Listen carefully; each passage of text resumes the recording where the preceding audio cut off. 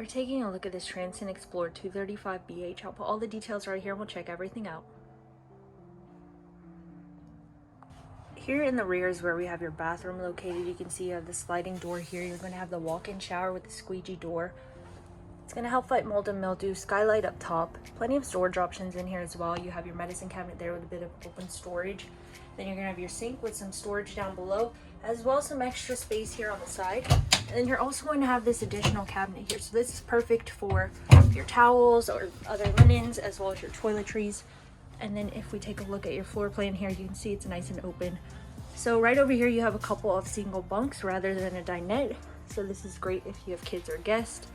It's going to be across from your kitchen section. So you got the 8 cubic foot fridge here that's going to run on 12 volts. Microwave up top with a 3-burner cooktop and oven down below.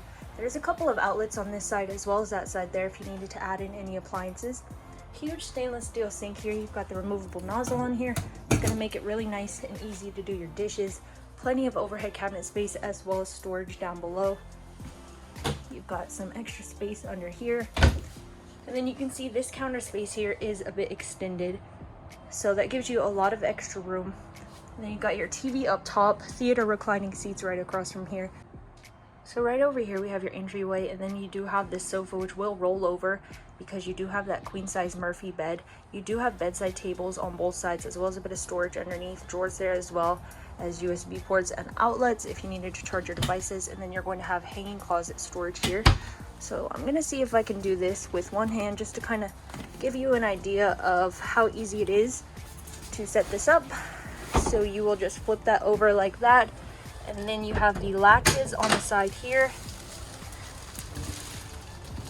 and then you just flip it down like that. And you can see here they do have that pop-up table for you if you wanted to add that over here where your theater seats are.